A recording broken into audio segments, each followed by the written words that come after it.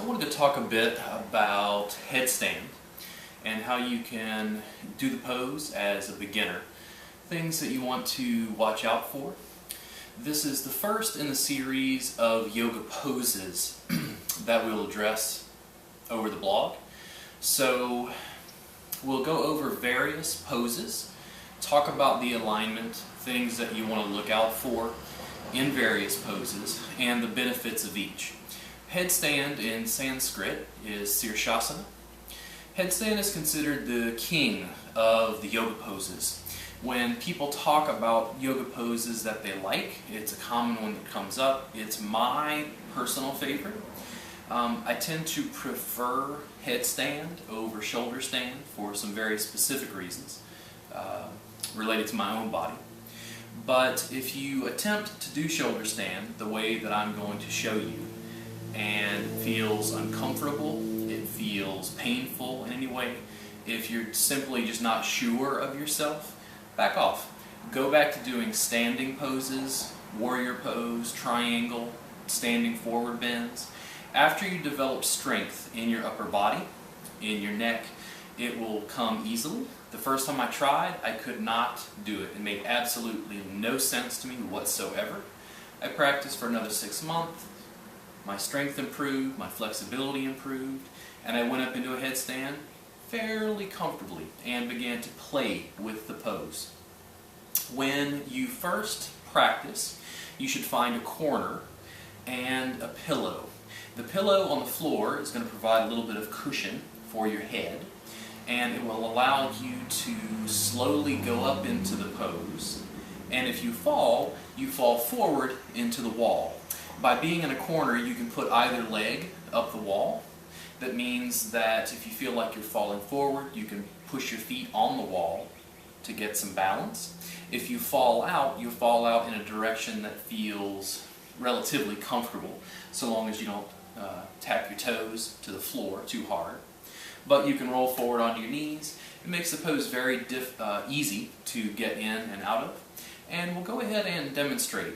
As I'm in the pose, I'll continue to talk about some of its benefits and the reasons you should do it. So again, if you're going to try the pose, particularly for the first time, if you're feeling uncomfortable, you need some supports, do it in a corner with a pillow. And here we go. You'll have your head down. Your arms are essentially elbows distance apart. And you will then, if you'll see it from the side here, elbows distance from the knuckles. The elbows stay where they are and the hands come together. You interlace even through the thumbs. This provides a little nook, and what is going to happen here is you're sliding the head back into that little spot where you can hold on. Then slowly I walk my feet forward until I can lift up. I'm going to do this on the pillow so you can see, but I wanted to give you a better visual of what my arms were doing. So again, to the knuckles, in. You can have the left thumb on top or the right thumb on top. You'll tend to want to change sides periodically if one side is dominant. So, that distance, hands, head tucks in. The pillow provides more support, and as you can see, you walk forward, and as you continue walking forward, you get to a spot where you can just lift up. I don't recommend that you kick. I think that it's easier in the beginning to determine if you have enough strength to do it this way. Now, if I were to fall backwards, my feet just go onto the wall. No big deal. The legs can bend, you can hold yourself, and it allows you to work on the tripod between your forearms, your elbows, and the top of your head. From here, you begin to find the balance. You begin to breathe through the nose, and you'll probably feel a little pressure on the eyes from blood flow. This posture reverses the blood flow in the cardiovascular system so that your heart has to work to push blood up to your feet, and the blood pools in your head. You're reversing the effects of gravity since you're upside down. You will probably notice that my face has turned red. If you could see my feet, which I could probably do this, they have turned very white.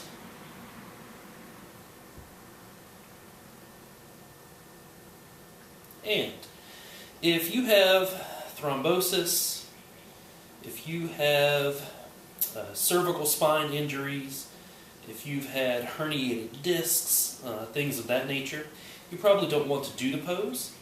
In the end, always remember, all yoga poses are supposed to feel comfortable. It's supposed to feel good. When your body does not feel good, we need to adjust the pose so that we can make it feel better. Intense is not the same thing as pain.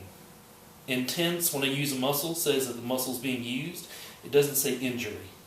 In yoga, we're always trying to prevent injury, and we want to do enough so that we get some sort of effect. So, we're in the pose, we're hanging out. I'm going to slowly come out, and we will continue to discuss. So you can see, very easy with practice. It's not something I started with. It takes time. The easiest way when you begin, the pillow and the wall. You walk yourself up, don't kick up. If you walk yourself forward, you walk the toes forward, your bottom comes up, you walk your toes forward, and you cannot lift up, wait. You can always do the pose again some other time when you build more strength. If you scoot yourself close into the wall, what this means is as you develop more strength, as you develop more balance, you may decide to then pull the pillow away from the wall, which means that your legs can still come forward if you fall. But eventually what happens is you increase the distance until you're freestanding. So you're giving yourself a cushion, so to speak. You don't want to fall when you're in headstand. You could hurt yourself, hurt your neck, right? So by using the corner, you're providing safety and stability until you get to the point of ease where you can begin backing away from the wall. When you've figured out the posture on the head and where the placement is, where it touches, then you can remove the pillow. It's still good to have a little bit of padding. I've gotten more used to it over time so that I can just use a yoga mat, even like a concrete floor. It doesn't bother me. But go with your own body. Let it tell you what feels good, what does not feel good. You'll work on it over time. And I'll see you again soon on robertgardnerwellness.com.